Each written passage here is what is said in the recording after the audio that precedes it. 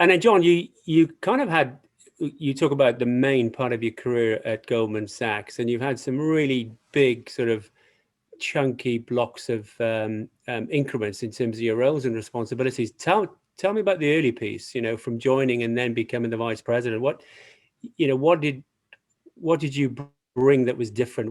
What's the kind of learning that we can take from that? I think I kind of, well, for one thing, I think I probably brought let's say 90% of my whole self to work because I was reasonably, comfortable in how I thought about myself. Of course, we all are. We're not all born, self-confident. So there was lots that I think I needed to kind of learn and do. And I think my view on it was, okay, well, I've now joined a company where it's pretty consensus driven. So you can have a conversation about things. And I was fortunate, I think, to work always with very good managers and largely very good teams. And I think what I did for myself was, start to look around for role models within the organization to say, okay, well, I know what I know, but I really know nothing because I'm only here a day or two.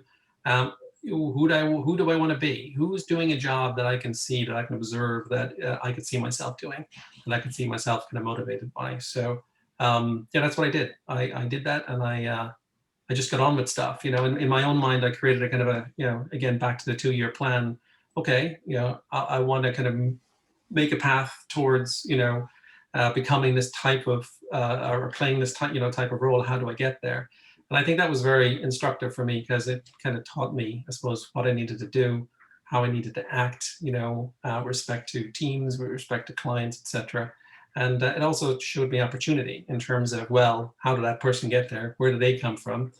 Where did they go to? Or, over the course of that kind of year or two. And I think that kind of helped me kind of, see a path through to, okay, I came in as an engineer. I kind of lots of maths and engineering and physics and software. But now I'm in a financial organization where I know very little about finance.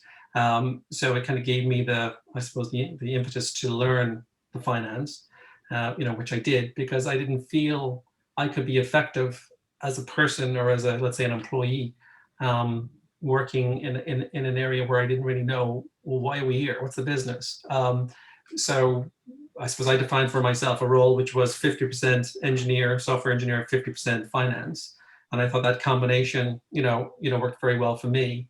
And, as I brought people in, let's say recruited new teams, that's the kind of philosophy I would share with people. And I think Goldman were pretty good at that, actually bringing in people from lots of different backgrounds who were smart and intelligent and wanted to get on with things. Are consensus based. I remember my daughter still doesn't believe me. I did 9 interviews to get into Goldman Sachs. Like I met everybody but the janitor, when I joined Goldman, and it was kind of stressful. But they kind of said, well, you're going to meet lots of people because you need to like us too. We want lots of people to kind of like you and get on with you, but you need to understand what you're kind of getting into.